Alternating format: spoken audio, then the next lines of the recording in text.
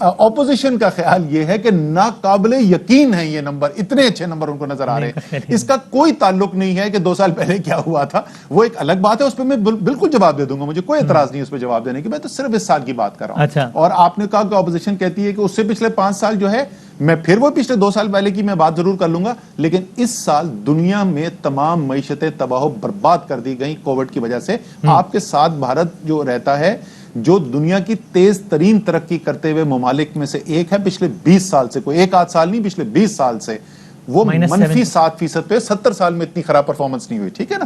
سو اس سال کے اندر تو ہمارا یہ دعویٰ ہے، اور تمام دنیا کے اعداد و شمار اگر آپ دیکھ لیں تو میرے خیال میں اس دعوے کو بڑی تقویت ملتی ہے کہ بہت ہی ایک اچھی پرفارمنس ہوئی ہے، ایک اچھی کارکردگی ہوئی ہے معیشت کی، اور لوگوں کی توقع سے زیادہ بہتر ہوئی ہے. اچھا اسد عمر صاحب، چونکہ اپوزیشن نے اس نمبر کو بھی، یعنی آپ نے تو ڈاؤٹ کیا، جو آپ کی بحث کے پہلے سے کو لے لیتے ہیں کہ اپوزیشن کہہ رہی ہے کہ نہیں یہ نمبر فرسٹ ہے، تو ذرا ہمیں بتا دیجیے گا کہ آئی ایم ایف نے ایسٹیمیٹ کیا کیا تھا اس فسکل ایئر کے لیے، اور انہوں نے ابھی ریوائز کر کے کیا کہا ہے کہ نہیں اس فسکل ایئر پہ جی ڈی پی گروتھ ہم سمجھتے تھے اتنی ہوگی، لیکن اب ہم سمجھتے ہیں کہ اتنی ہوگی.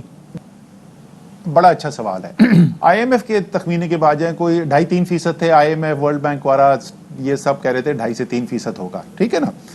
اب یہ بتائیے کہ اسی پریس ریلیز میں جس کے اندر یہ 3.94% کا نمبر اس سال کا دیا گیا، اس میں پچھلے سال کا ریوائزڈ ایکچوئل بھی دیا گیا، اور وہ کیا تھا؟ -0.47. بالکل ایسے ہی. اس وقت ہم نے جو دعویٰ کیا تھا، جو حکومت کی پاکستان بیورو اسٹیٹسٹکس کی ریلیز تھی، وہ کیا کہہ رہی تھی؟ 0.38 منفی، یعنی 0.09% کا صرف فرق ہے. یعنی جو پچھلے سال کہا تھا پاکستان بیورو اسٹیٹسٹکس نے، وہی آخر میں نمبر نکلے.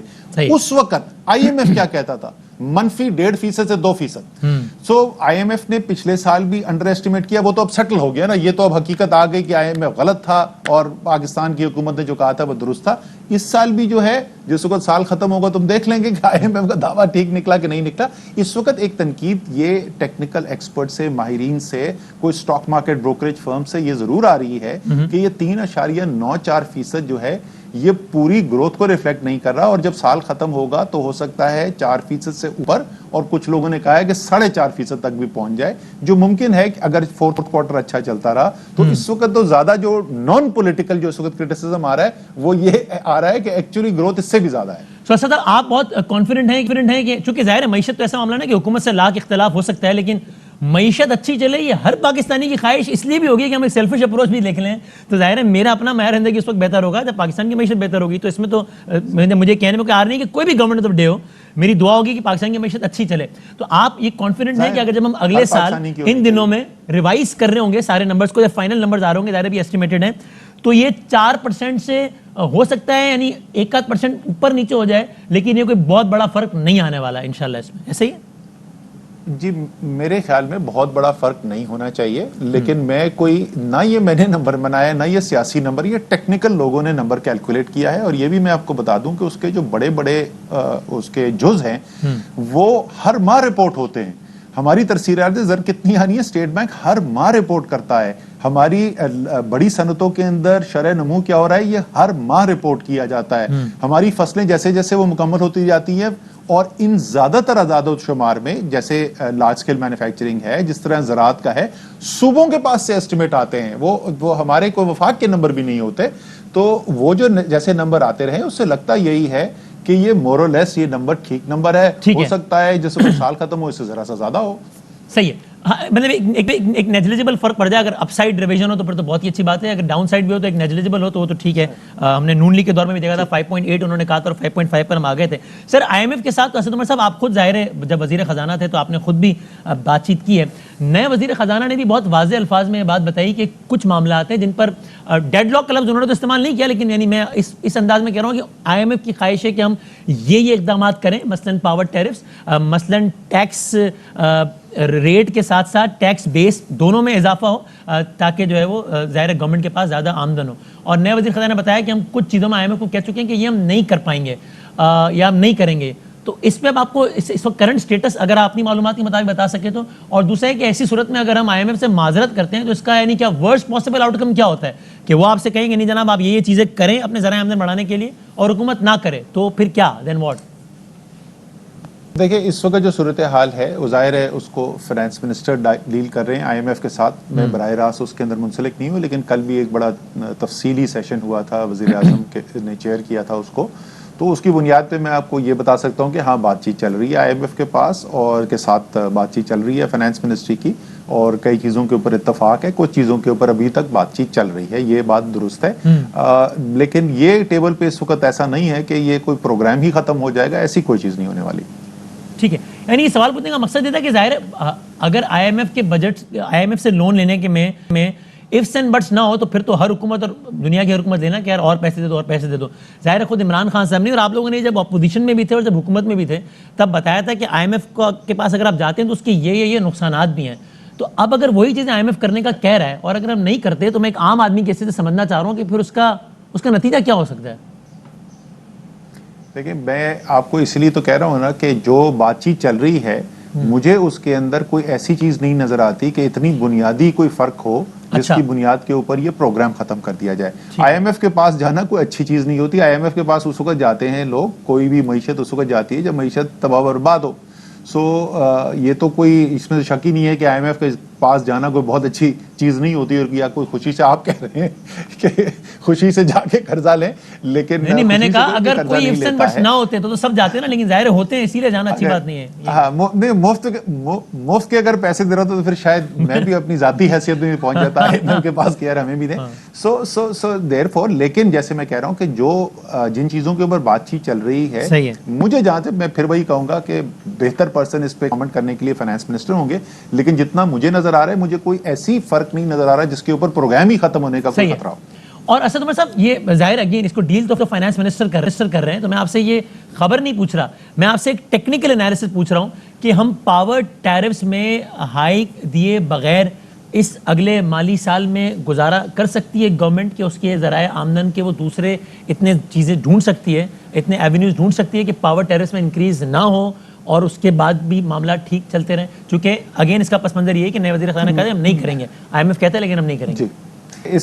صحیح, میں اس کو اپنا حکومت کا نقطہ نظر بتا دوں کہ اس کے اوپر کیا ہے اور کیوں یہ فائنانس منسٹر کہہ رہے ہیں.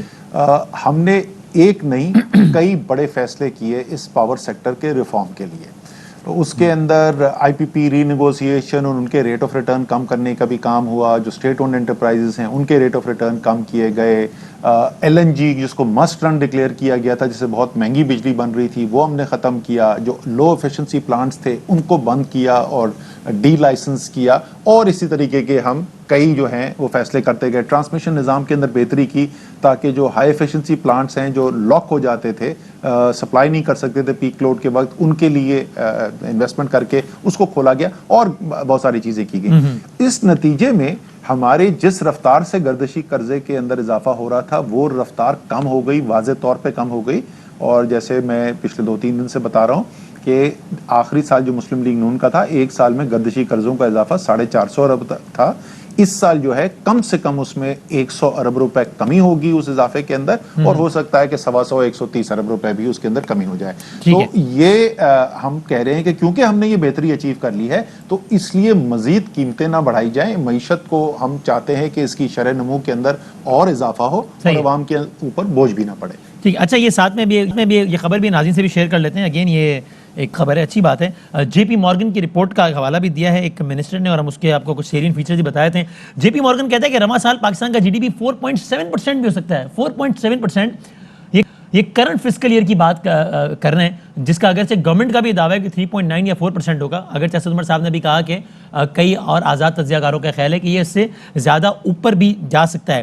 تو جے پی مارگن نے پاکستان کو سرمایہ کاری کے لیے بہتر ملک قرار دیا ہے. کہا ہے گورنمنٹ سیکیورٹیز میں رسک فیکٹر نہ ہونے کے برابر ہے, اور 2024 تک ریٹ آف ریٹرن 8.25% ہو سکتا ہے. یہ کہنا ہے جے پی مارگن کا. جی ڈی پی تناسب میں کرنٹ اکاؤنٹ خسارہ مسلسل کم ہوگا. ترسیلات زر میں کمی, کھانے پینے کی چیزوں میں مہنگائی کا خدشہ ہے. یہ پورا ایک خاکہ ہم نے آپ کے سامنے رکھا ہے جے پی مورگن کا, جو کہ کہتا ہے کہ G D P for the current fiscal year can be 4.7%.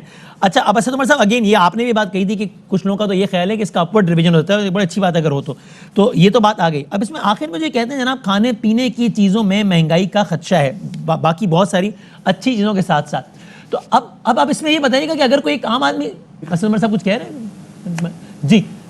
جی کوشش کریں کافی دیر سے. میں ذرا کوئکلی ایکسپلین کر دوں کہ کیوں ہے یہ, کیوں ہم کہہ رہے ہیں کہ اپورڈ ریویژن. میرے جو اعداد و شمار ہیں وہ 9 مہینے کے ایکچوئلز کی بنیاد کے اوپر کیے گئے ہیں, جی ڈی پی کا ایسٹیمیٹ. جس وقت وہ بنایا بھی جا رہا تھا اس وقت آپ کو یاد ہے کہ مئی کے اندر, پہلے ہاف کے اندر تیسری لہر جو ہے کووڈ کی وہ بالکل پیک پر تھی, تو ایک انسرٹنٹی تھی. اب آپ نے دیکھا ہے الحمدللہ جو اس وقت ہم نے فیصلے کیے, جو عید کے اوپر ہم نے کیا, اس کی وجہ سے ریکنیکٹ کرنے کی کوشش کرتے ہیں اسد عمر صاحب کو. ہے ہمارے ساتھ اسد عمر صاحب؟ ٹھیک ہے. اچھا, اب اسد عمر صاحب اب ظاہر ہے اس میں آپ پہلے کمپلیٹ کر لیں, پھر میں اگلی بات کی طرف آتا ہوں. جی میں صرف ایگزامپل دے رہا تھا کہ ہم نے وہ 2 دن سیف ڈیز تھے, ہم نے 1 دن پہ آ گیا. جب وہ 1 دن پہ آئے گا تو ظاہر ہے کاروبار زیادہ ہوگا, معیشت کی ترقی کی رفتار اور بھی تیز ہوگی. تو یہ وجوہات ہیں جس کی وجہ سے لوگ سمجھتے ہیں کہ یہ 4 سے زیادہ بڑھ کے 4.5 تک جا سکتا ہے. جے پی مورگن 4.7 کہہ رہا ہے. صحیح ہے. اچھا اب اسد عمر صاحب کھانے پینے کی چیزوں میں مہنگائی کا خدشہ ہے, یہی رپورٹ یہ بھی کہتی ہے. اب اس فوڈ انفلیشن کا کیا کریں, کیونکہ ظاہر ہے اگین جب میں آپ ہم کسی بھی ایک عام آدمی سے بات کرتے ہیں اور یہ سارے نمبرز اس کو بتاتے ہیں, اور ظاہر الٹیمیٹلی اس کا تو ایک معصومانہ سوال یہی ہوتا ہے نا کہ بھائی جان یہ بتا دو کہ چینی کا کیا ہے, وہ کتنے کی ملے گی, آٹے کا کیا معاملہ ہے, روٹی کتنے کی ملے گی, ایک دن کا کھانا کتنے کا ہو جائے گا. اب ان چیزوں کا تعلق ہے فوڈ انفلیشن سے. یہ رپورٹ بھی کہتی ہے کہ کھانے پینے کی چیزوں میں مہنگائی کا خدشہ ہے, اس کو کیسے کنٹرول کریں؟ تو بڑا بنیادی مسئلہ. عام آدمی کے لیے تو کرنٹ اکاؤنٹ سرپلس اور ڈیفیسٹ بھی یہی ہے, اور جی ڈی پی بھی یہی ہے. ہر چیز کا ایک ہی مطلب ہے کہ چینی کتنے کی, آٹا کتنے کا, روٹی کتنے کی ہے. اچھا ایسا ہے نہیں وسیم, یہ اس میں کوئی شک نہیں ہے. اچھا آپ لوگوں کی, ویسے میں بحث میں نہیں جاتا, پچھلے 5 سالوں میں آپ کے ہی منسٹر ہمارے ٹاکس میں کہتے تھے کہ بھائی یہ نمبر بڑے بڑے بتا رہے ہیں, یہ بتاؤ روٹی کتنے کی ہے. تب تو ایسا ہی تھا, آج نہیں ہوگا ایسا, میرے خیال میں تو آج بھی ایسا ہی ہے ویسے. لیکن چلیں let's agree to disagree. اگر آپ میرا کوئی کلپ نکال کے بتا دیں تو میں ضرور. میں نے کہا ہی نہیں, آپ نے کہا, میں نے کہا آپ کے منسٹر جواب کہیں گے تو میں دکھا دوں گا. جی بتائیں. بدامی بھائی بولنے دو نا یار, میں جو جواب تو دے دے. آپ میری بات کو اگر ڈائیلاگ ہو رہا ہے نا, اگر آپ کی رائے مختلف ہوگی تو مجھے بھی جسارت تو کرنے دینا اپنی رائے. بھائی میں یہ کہہ رہا ہوں, آپ کا میں نے پورا تفصیل سے سوال سنا تھا نا, تو میرا جواب تو سن لو, اس کے بعد بے شک مجھ سے آرگیو کر لینا. جواب کا جملہ آدھے جملے میں آپ نے بول دیا. اچھا آپ نے میرے سوال میں کہہ دیا تھا, کوئی ایسا مسئلہ نہیں ہے میرا خیال ہے, لیکن چلیں میں فالو کر لوں گا اس ڈسپلن کو. آپ فرمائیے, آپ کہیے. میں آپ سے یہ عرض کر رہا تھا کہ ایسا نہیں ہے, اور میں نے آپ کے سوال کے جواب میں بیچ میں بالکل نہیں کہا تھا, آپ ذرا سن لیجئے گا, دوبارہ بے شک سن لیں. میں نے آپ کو بڑے تسلی سے سوال سنا تھا, میں نے اس کے بعد کہا تھا, اس کے بعد میں نے یہ کہا تھا کہ ایسا ہے نہیں کہ عام آدمی کی زندگی میں چینی روٹی کی قیمت ایک اہمیت رکھتی ہے, اس میں کوئی شک ہی نہیں ہے. لیکن آپ نے کہا صرف یہی رکھتی ہے, ایسا نہیں ہے. عام آدمی کی زندگی میں اس سے بھی فرق پڑتا ہے کہ اس کی آمدنی کتنی ہو رہی ہے, روزگار اس کو مل رہا ہے کہ نہیں مل رہا. تو اگر زراعت کی پرفارمنس جو ہے وہ تاریخی پرفارمنس آپ نے دیکھی, بڑی بڑی فصلوں کی قیمت اچھی ملی, اور 1000 ارب روپے پاکستان کے کسانوں کو, جو پاکستان کی سب سے بڑی کمیونٹی ہے, تو اس سے بھی ان کی زندگی پر اثر پڑا. اسی طریقے سے اگر 1100 ارب روپے کی ترسیلات زر باہر سے آئیں اور عام آدمی کے پاکستانی کے ہاتھ میں آئی, تو اس سے اس کی زندگی میں اثر پڑا. اور اسی لیے موٹر سائیکل بھی زیادہ بک رہی ہے, سیمنٹ بھی زیادہ بک رہا ہے, اور باقی ساری چیزیں ہو رہی ہیں. لیکن اس میں کوئی شک نہیں کہ ایک اہم چیز اس کے لیے جو ہے وہ کھانے پینے کی اشیاء خورد و نوش کی قیمت ہے, اور وہ قیمتیں یہ بھی حقیقت ہے کہ وہ اونچی سطح پہ رہی ہیں. یہ دونوں باتیں درست ہیں. یہ پاکستان کا صرف فینومنا نہیں ہے, پچھلے ایک سال سے یہ گلوبل انفلیشن ہے. اور جے پی مورگن نے جو آپ کو بتایا ہے انہی کا اگر آپ دیکھیں کہ گلوبل فوڈ انڈیکس وہ بڑھا ہوا ہے, اور کوشش وزیر اعظم یہ کر رہے ہیں کہ اس کا اثر پاکستانی عوام پر کم سے کم ہو. ٹھیک ہے. میں ایک آخری بات میں نے یہ کہا تھا کہ ہاں کہ بھائی عام آدمی کے لیے جی ڈی پی, میں نے نہیں کہا کہ آمدنی کا فرق نہیں پڑتا, وہ سب تو پڑتا ہے. میں نے کہا ہم G D P, current account deficit, surplus, یہ ساری بھی اس کو کارنامے بتائیں. تو اس کے لیے تو یہ ہے کہ جناب یہ بتاؤ میرا کھانے پینے کی قیمتوں میں کتنا اضافہ ہوگا. میری ابھی بھی یہ رائے ہے, میں نے یہ کہا تھا. لیکن اسد عمر صاحب اس میں فائنلی آپ اس میں مجھے یہ بتا دیجیے گا کہ آپ کو واقعی, یعنی آپ کو یہ لگتا ہے کہ چونکہ باقی انڈیکیٹرز بھی بہتر ہوئے ہیں, تو اگر فوڈ انفلیشن ہے, جنرل انفلیشن بڑھی بھی ہے, تو پاکستان میں ایک عام آدمی کی قوت خرید میں اضافہ ہوا ہے, جس کی وجہ سے اگر چیزیں مہنگی ہوئی ہیں تو آن دا ادر سائڈ اس کی قوت خرید میں بھی اضافہ ہوا ہے, تو اس کو نیٹ جو ہے وہ کوئی بہت زیادہ منفی فرق, مطلب نیٹ زیادہ فرق نہیں پڑا. آپ کی یہ رائے ہے؟ جی میں یہی کہہ, دیکھیں اس کے دو تصویر کے رخ ہیں نا.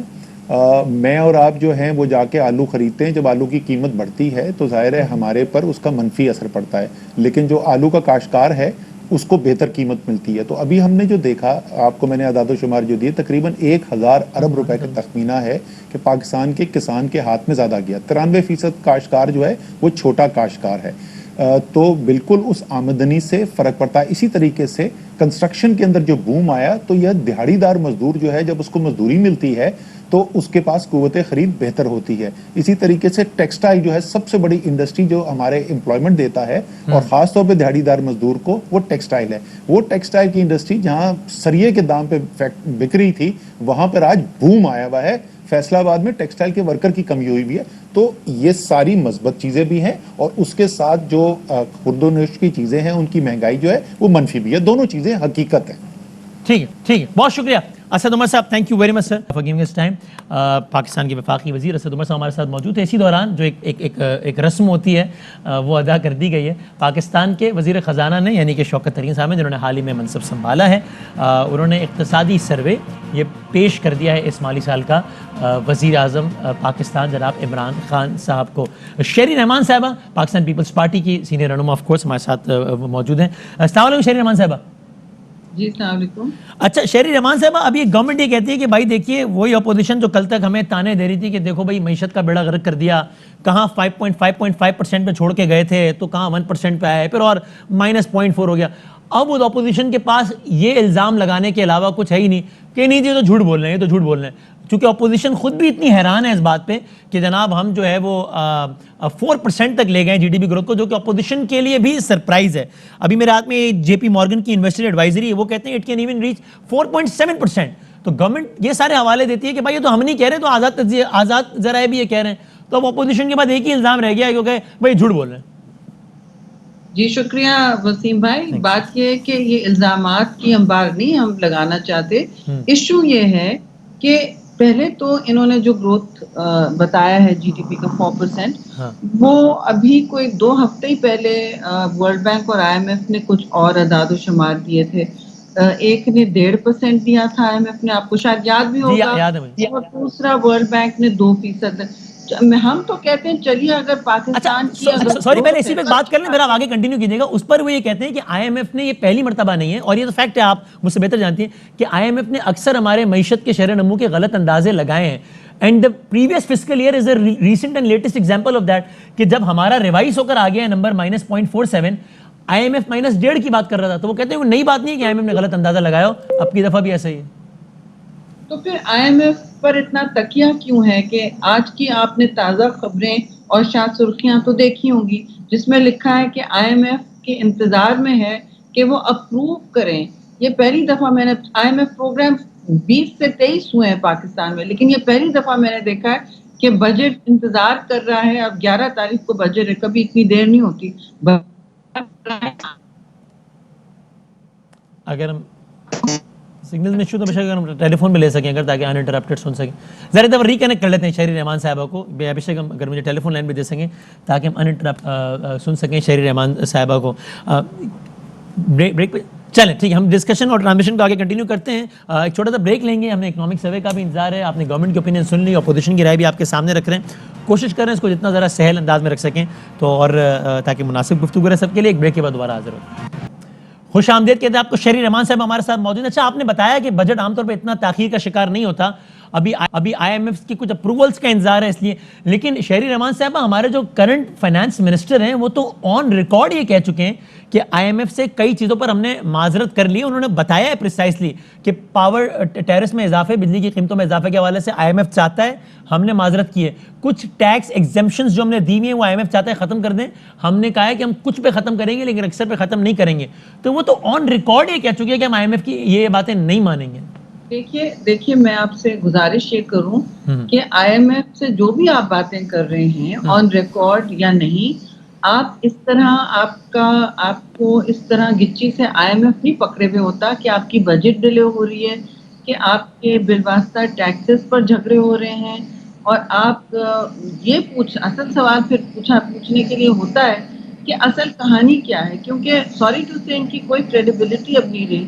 ہر حکومت اپنی لیجیٹمیسی، اپنی ساکھ، اپنی کریڈیبلٹی پہ بناتی ہے. اگر آپ ان کی باتوں پر یقین ذرا بھی کر سکتے تو بہت اچھی بات ہے، لیکن اس وقت تو بہت ہی سخت تشویش ہے کہ آئی ایم ایف کے ساتھ ڈیڈ لاک ہوا ہوا ہے، اور آئی ایم ایف جو ان کو کہہ رہا ہے وہ کسی طرح بالواسطہ ٹیکسز میں لگانا چاہ رہے ہیں. دوسری بات یہ کہ دیکھیے جو گروتھ کی بات جا رہی ہے، میں نے آپ سے کہا کہ الگ الگ کے شرح جی جی شرح وغیرہ. ہاں ہاں اب ایک بہت اہم سوال اٹھتا ہے اور جو بہت سارے اکانومسٹ اس وقت کر رہے ہیں ہاں ہاں وہ یہ ہے کہ آپ مجھے یہ بتائیں کہ گروتھ کی جو نظر آ رہی ہے وہ کس کے لیے ہے. یہ آپ نے بہت بڑے بڑے فیچرز بھی ابھی ویکینڈ پہ لکھے گئے. خرم حسین جیسے اکانومسٹ نے سوال بھی اٹھایا کہ کہاں گروتھ یا کہاں جا رہی ہے. جب آپ سپلائی سائڈ اکانومی کو استعمال کرتے ہیں، وہ ماڈل استعمال دیکھ لیں گے. صحیح. اب اس میں ظاہر ہے دو طرح کے اوپینینز ہیں. خرم حسین صاحب اور شہباز رانا صاحب، اور ظاہر ہے یہ بھی ان کی اوپینین ہے. مزمل اسلم صاحب اور ایک دوسرا اوپینین ہے. تو ظاہر ہے اکانومسٹ میں سے بھی دو اپنا الگ الگ اوپینینز ہیں سب کے اپنے اپنے. اچھا لیکن آن لائٹر سائڈ یہ جو باتیں میں نے کوٹ کی کہ آئی ایم ایف کی باتیں نہیں مانیں گے، تو شوکت ترین صاحب نے کی ہے. ان کی کریڈیبلٹی پہ تو آپ کو یقین ہوگا نا، وہ تو آپ کے اپنے بھی تھے نا فائنانس منسٹر. دیکھیے اپنا جو بھی ہوتا ہے ہمارے یہاں ایک منشور اور نظریے کے مطابق ڈائریکشن پہ چلا جاتا ہے. ایک ریڈ لائن ہوتی ہے جو کراس نہیں کرنی ہوتی ہے. ایک پتہ ہوتا ہے کہ آپ نے پیٹرولیم پرائسز کو ادھر نہیں لے جانے دینا ہے. پیپلز پارٹی والے کابینہ یہ نہیں برداشت کرے گی. یہ ساری باتیں ان کو بھی پتہ تھی اور وہ ہمارے ساتھ بہت فرق طریقے سے آپریٹ کرتے تھے. وہ کوئی بھی وزیر ہو جائے پارٹی کے ایک منشور اور سوچ کے مطابق ہی کام ہوتا ہے. یہاں سوری ٹو سے نہ منشور ہے نہ سوچ ہے، بس ایک کے بعد ایک یہ لاتے جا رہے ہیں اور جو ان کو بیل آؤٹ کر لیں کیونکہ ایک میس بنا ہوا ہے. آئی ایم ایف پروگرام میں جانا بھی تھا تو بھئی آپ نے شروع میں جانا تھا تاکہ اس کے اتنے منفی اثرات نہ ہوں. ایک سال یہ اپنے پیر رگڑتے رہے کہ نہیں ہم تو نہیں جائیں گے. ہم نے کنٹینر پہ کھڑے ہو کے نہ قرضہ لینا تھا، ہم نے یہ وعدے کیے. وہ سارے وعدے ایسے ان کو زمین پہ روندے ہیں اور اس کی وجہ سے کیونکہ ان کو پتہ نہیں ہے حکومتیں اور معیشت کیسے چلانی ہے، انہوں نے تاریخی قرضے بھی چڑھا لیے ہیں کیونکہ they didn't know کہ ہم نے شروع میں مینج کیسے کرنا ہے. اور پاکستان کا آپ نے مستقبل مقروض کر کے چھوڑ دیا ہے. اچھا یہ ساری باتیں ٹھیک ہیں، اور ہم نے دیکھا ہے کہ بہت یعنی ڈراؤنے نمبرز بھی رہے ہیں شروع میں، تو بڑے پریشان کو نمبرز بھی رہے ہیں. ایون پری کووڈ بھی بہت سارے پریشان کو نمبرز رہے ہیں جب کووڈ کا امپیکٹ نہیں بھی آیا تھا. لیکن ابھی یہ کرنٹ فسکل ایئر جو کہ ابھی اپنے اختتام کو پہنچ رہا ہے، جس کا بھی اکنامک سروے اب سے کچھ لمحات بعد آنے والا ہے، شوکت ترین صاحب نے وزیر اعظم صاحب کو پیش بھی کر دیا ہے. یہ جو جی ڈی پی گروتھ کا ایک بیسک نمبر ہے کہ معیشت نے گرو کیا ہے 4% کے اسے، یہ تو آپ بھی مجھ سے بہتر جانتی ہیں نا شہری صاحبہ کہ اس میں اگر ہیر پھیر ہو بھی تو یہ چونکہ اس میں عالمی اداروں اور سب کی بھی اتنی نظر ہوتی ہے کہ یہ نہیں ہو سکتا کہ گورنمنٹ کہے 4% ہے اور اصل میں ہو 1.5%، چونکہ اگلے سال اس کو ریوائز ہونا ہے، سارا کچھ ہونا ہے. اس میں نیگلیجبل اپ سائڈ یا ڈاؤن سائڈ ریویژن ہی ہو سکتا ہے. آپ مجھ سے سوال دور، میرا آپ سے سوال کچھ اور ہے کہ اگر انہوں نے کسی میریکل کے کسی معجزے کے تحت یہ گروتھ اچیو کری، پاکستان کے لیے بہت اچھی بات ہے. لیکن آپ مجھے جناب علی خوش آمدید کہتا ہوں آپ کو ایئر بائی نیوز کی اسپیشل بجٹ ٹرانسمیشن میں. پاکستان کے وزیر خزانہ نے پاکستان کی گورنمنٹ نے اس پورے مالی سال میں ان کے خیال میں کیسا پرفارم کیا، ایک مفصل پریس بریفنگ میں ہمیں بتا دیا ہے. مختلف ایک سیکٹر کے حوالے سے اپنے نمبرز دیے ہیں. اب ذرا ہم اس نشریات کے حصے میں کوشش کریں گے ذرا متعلقہ مہمانوں کے ساتھ بات کر کے اس کا جائزہ لیں، جتنے بھی آسان اور قابل فہم انداز میں ممکن ہو اتنے انداز میں. ہمارے ساتھ to start with telephone line پر موجود ہیں بہت ہی امپورٹنٹ، بہت ہی ریلیونٹ مشیر تجارت ہیں جناب عبدالرزاق داؤد صاحب. سر بہت شکریہ، بہت نوازش، انہیں سے آغاز کرتے ہیں. لیکن یہ اسٹوڈیو میں میرے ساتھ بزنس مین طبقے کی نمائندگی کے لیے بالعموم، ٹیکسٹائل طبقے کی نمائندگی کے لیے بالخصوص جناب زبیر موتی والا صاحب تشریف فرمائے، مشہور معروف بزنس مین. سر بہت شکریہ. جانیں گے ایک عام بزنس مین، ابھی بجٹ تو کل آنا ہے لیکن اس وقت جو اقدامات اب تک جو نمبرز بتائیں، وہ جو اقدامات آگے کے لیے بتائیں، اس سے کتنا مطمئن یا غیر مطمئن ہے. اور آپ جانتے ہیں کہ گورنمنٹ نے کنسٹرکشن انڈسٹری پہ بہت زیادہ فوکس کیا ہے. ابھی بھی شوکت ترین صاحب نے اپنی اسپیچ کے ابتدائی حصے میں ہی کہا پریس بریفنگ کے کہ کنسٹرکشن انڈسٹری کی وجہ سے بہت ساری امپلائمنٹ ملنے میں مدد ہوئی اور بہت ساری اور باتیں بھی. چیئرمین ہیں آباد کے جناب محسن شیخانی صاحب. سر بہت شکریہ، بہت نوازش. لیکن رزاق داؤد صاحب سے شروع کرتے ہیں. السلام علیکم رزاق صاحب. وعلیکم السلام. بہت بڑھے گا سر، بہت شکریہ وقت دینے کا. پہلے تو پلیز یہ بتائیے گا، شوکت ترین صاحب بار بار یہ بتاتے رہے ہیں کہ ہم نے ایک جو ریفارم ہم آلریڈی لے آئے ہیں یا جو ایک پیراڈائم شفٹ وہ لے آئے ہیں، وہ یہ کہ بھائی ہم نہیں بتائیں گے کہ کس طبقے کو کتنی مراعات دینی چاہیے، بلکہ ہم نے کہا ہے کہ جو کامرس انڈسٹری ہے وہ بتائے کہ آپ کو کس کس میں کیا کیا مراعات چاہیے، اور پھر ہم اکارڈنگلی جتنا ہو سکا فیسیلیٹیٹ کریں گے. تو یہ پروسیس ہو گیا، چونکہ ظاہر ہے کل تو بجٹ ہے. کس طبقے کو یا کس سیکٹر کے لیے آپ نے مراعات سجیسٹ کی ہے فائنانس منسٹری کو؟ سر دیکھو جو ایف ایم صاحب نے جو ابھی پریس کانفرنس میں کہا، اس کا مطلب یہ ہے کہ جہاں تک کہاں custom duty, additional custom duties کو گرانا ہے، کس انڈسٹریز کو سپورٹ کرنا ہے، یہ تو ہے یہ منسٹری آف کامرس کا. اور وہ تو سارا یہ پروگرام جو ہم لوگوں نے بنائے ہیں وہ تو ابھی آ گیا ہے، اور انشاءاللہ کل فائنانس منسٹر نے بجٹ اسپیچ میں وہ اناؤنس کریں گے. صحیح ہے. یہ دیکھو یہ بات یہ ہے کہ ایس بی آر کو وہ تو نہیں پتا نا کہ سپورٹ کون سی انڈسٹریز کو کیا چاہیے، وہ تو ہمیں پتا ہے، وہ ہمارا کام ہے. تو اس لیے ہم لوگ آلریڈی پریکٹس یہی تھی یا یہ اس سال اس پریکٹس کو شروع کیا گیا ہے؟ رزاق صاحب سب پتہ لگ جائے گا کہ کہاں سپورٹ دینی ہے. تو رزاق صاحب یہ پریکٹس آلریڈی یہی تھی یا یہ ایک نیا انیشیٹو ہے جو کرنٹ فائنانس منسٹر نے لیا ہے؟ نہیں دیکھو یہ تو چل رہا تھا، لیکن وہ اچھی طرح سے ایف بی آر کو سمجھا دیا ہے کہ ایف بی آر یہ آپ لوگوں کا کام نہیں ہے، یہ کام ہے کامرس کا، کہ کہاں ڈیوٹیز کم کرنی ہے، کون سے انڈسٹریز کو ایکسپورٹ میں سپورٹ کرنا ہے، وہ ہے ہی ہمارا کام. اور جو آپ نے ریکمینڈ کیا وہ اپروو ہو گیا ہے وہاں سے؟ یس بالکل وہ تو بھی کل اناؤنس ہو جائے گا. رائٹ، ٹھیک. اچھا ایک بات یہ بتائیے گا رزاق صاحب، آپ نے بتایا کہ ہم کرنٹلی ایکسپورٹس میں 22.5 بلین ڈالرز پہ کھڑے ہیں صرف گڈس کی اگر بات کریں تو اس ماہ کے مئی تک. جون میں ہم یعنی اس کرنٹ فسکل ایئر کو ہم کلوز کر سکتے ہیں تقریباً 25 بلین ڈالر تک. اب اس پہ آپ کے مخالف جی کچھ کہہ رہے ہیں؟ انشاءاللہ اللہ کرے. اچھا اب اس پہ وہ یہ کہتے ہیں آپ کے جو مخالفین ہیں کہ بھائی ظاہر نون لیگ کے دور میں گری تھی، انہوں نے سٹارٹ لیا تھا تقریباً 24.8 بلین ڈالر سے 2018 میں نون لیگ نے پھر ایک ڈپ آیا.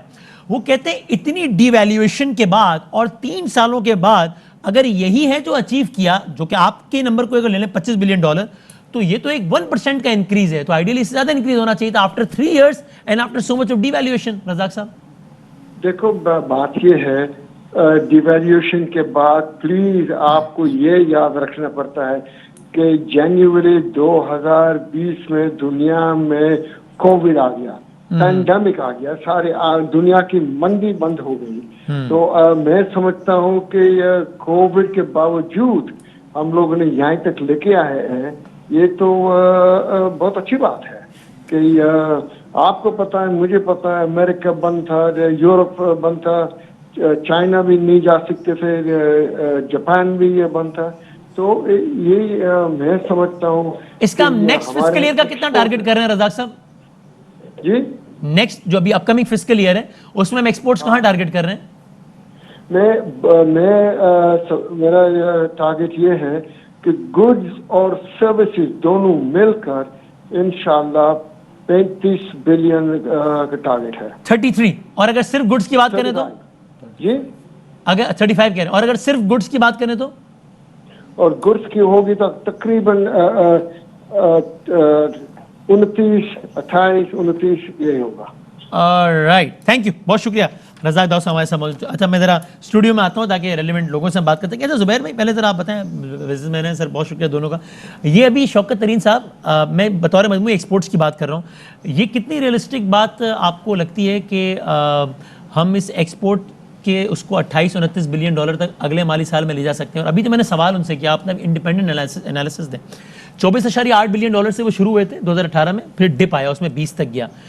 یہ 3 سالوں کے بعد اور اتنی ڈی ویلیوشن کے بعد 25 بلین ڈالر، کووڈ فیکٹر کو بھی نظر میں رکھیں، ایک اچھی اچیومنٹ ہے یا ایسے بہتر ہو سکتا تھا؟ دیکھیے یہ ڈیویلیوشن جو آپ کہہ رہے ہیں بار بار، اس کے اندر پرابلم یہ ہے کہ رزاق داؤد صاحب ایکسپلین نہیں کیا انہوں نے. It went to 166 and then reverse, and then it is now at 154 155.